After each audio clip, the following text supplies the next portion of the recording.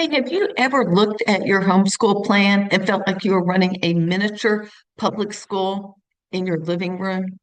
Hey, I'm Carrie Beck, Homeschool Coffee Break, where we help you stop the overwhelm so that you can take a coffee break. Let's talk about this mini public school. Many homeschool moms feel overwhelmed, not because they're doing too little, but because they are trying to do too much and follow the wrong model. The real issue is we unintentionally, it's not intentionally, we recreate a system that we walked away from. Say you have three kids, times 5 lessons a day, times 5 days a week. That's 75 lesson plans a week. No wonder you're overwhelmed. Today, what we want to do is cover the unhidden, or not unhidden, the hidden pressure behind that and how you can simplify. Well, simplifying your homeschool will actually produce stronger learners and more peaceful homes. So, what is that hidden pressure to recreate that public school? Most homeschool moms were trained on the factory school model of education. What do I mean by that? They all come into first grade and they do all the same, and they go down the factory line all the way to 12th grade. They do everything the same, tested the same. It's like a factory. This model teaches us that learning must include multiple choice tests, many subjects a day. Textbooks are for everything, which what's a textbook? We just had those in the last 100 years. Before that, they used real books. This model teaches us that worksheets, grading, and constant assessment is what education is. And even when we leave that school system, subconsciously we recreate it because that's all we know. I want to talk today about how we can get away from recreating it and creating something better. Because that system, all it does is teach your kids what to think, not how to think.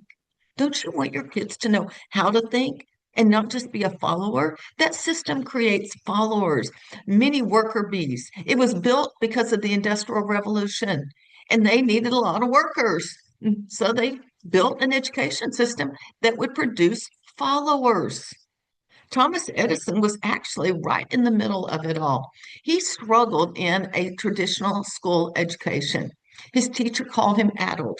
His mother removed him from school and homeschooled him in the 1850s. We're talking over 100, almost 200 years ago, maybe 175 years ago. How did she homeschool them? Through reading, through curiosity, and through experimentation. Now, doesn't that sort of set up for he's a leader. He was a leader. A leader is influence. That's it.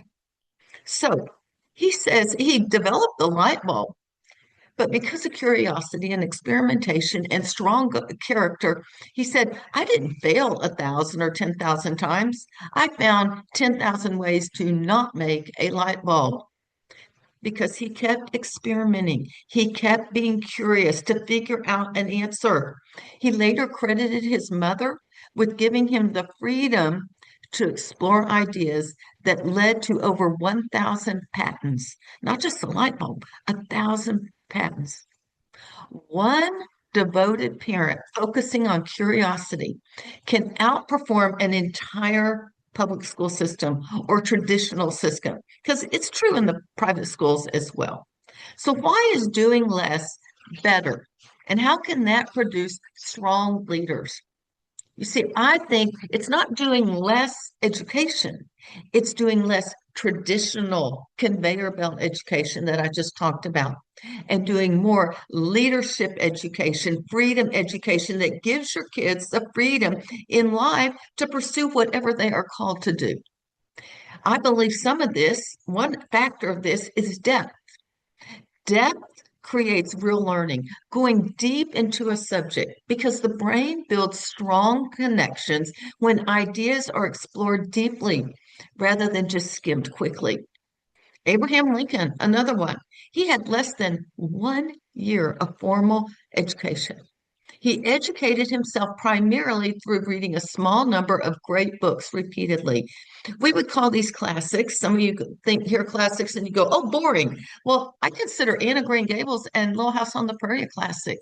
I consider The Hobbit a classic. Don't think just because it says classic, it's old and boring and dusty. I remember when my girls were going to read the Iliad. Okay, that we're talking ancient Greece, I believe. They're going to go read the Iliad, and it comes in and it's that thick. And I'd already told myself, I'm reading it with them. If they're in high school and they can understand it, surely as an adult, I can read it and understand it. It was an awesome book, but I'm telling you, if it weren't for me pushing myself and wanting to create my own education, I probably never would have pursued it. But it was truly an awesome book. There's another book in the Middle Ages. I can't remember the name of it, but Ashley says, this is a chick flick for guys because had a love story in it. It had blood and gore in it and fighting and passion. And anyway, I'll have to remember the name and I'll put a link to it in the show notes as well. These books shaped Abraham Lincoln. Abraham Lincoln became a great leader. He guided our nation through difficult times. He didn't study a whole bunch of different subjects. He studied fewer ideas and he really dove deeply into them. So, what can you do today? Ask yourself this question. If my child mastered three things this week, what would they be? Write them down.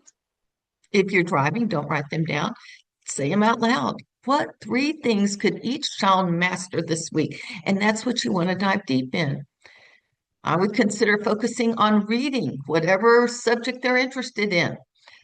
Thinking skills and character skills, all of those are going to produce your kids to be good leaders, just like Edison, just like Abraham Lincoln.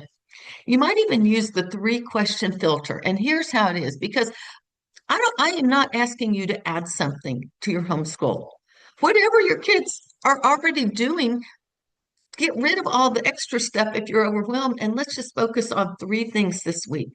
And I personally think make sure they're reading, make sure they're using thinking skills, and they're growing in their character.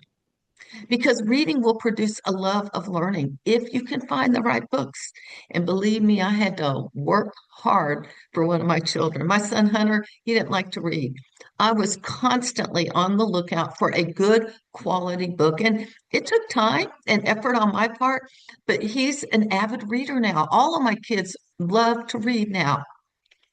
So, what is that three-question filter I was talking about?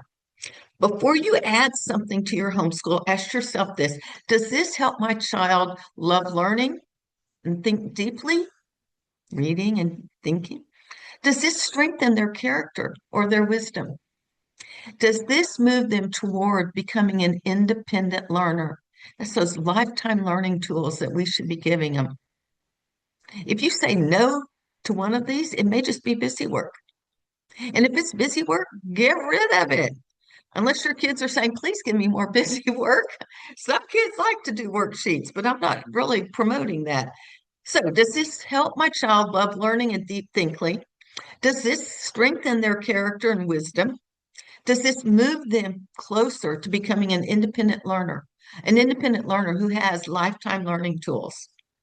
And then the next thing I'm going to encourage you to do is let your child choose one subject this week or tomorrow even that they're going to go deeper in instead of just fast through, check off that checklist like the public schools. And if you do this, I think, and you follow their interest instead of yours, this encourages a love of learning. It's one of the tips. We have 17 tips on encouraging a love of learning in our course, Raising Leaders, Not Followers. This is one of them. Let your child make a choice of something they're interested in and dive deep into it. And then let them read a short passage about it. Ask them a question, ask them what they learned, what was their favorite part about it, and have a discussion. If you decide you want to do this with the whole family, then I would choose your read aloud. Whatever you are reading aloud to your family right now, that is what you could use. And whatever it is they read, first I would start with narration, especially for younger kids. Let them just tell back what they learned. If it's older kids, I would have a question that starts with how or why. Why did you like that part? How did these people compare to someone else? Whatever. How and why questions will get them to start thinking. You can see more learning taking place in 20 minutes than an hour or two of workshop sheets. So when you simplify your homeschool and you're not trying to do it all, you create space that actually matters. Matters because you create space for love learning, for thinking and discussion, for character building, and for leadership development. This is what it's all about. This is what homeschooling is about. For me, I wanted my kids to grow in all four of these areas. Now, I do have a free course I would love to give you. It's called How to Simplify Your Homeschool. You're overwhelmed. You need to simplify it. And this is a 3-day video course. It comes each day in an email with a little short 3 to 5 minute video and then a printable of how you could put that into practice. And it's found at howtohomeschoolmychild.com/simplify. Seriously, it is something that would be really easy. And I've had moms say how much this has helped them get off that conveyor belt and start to simplify their homeschool as well. Thanks for spending time with me. I am Carrie back with Homeschool Coffee Break. We'll talk to you next time.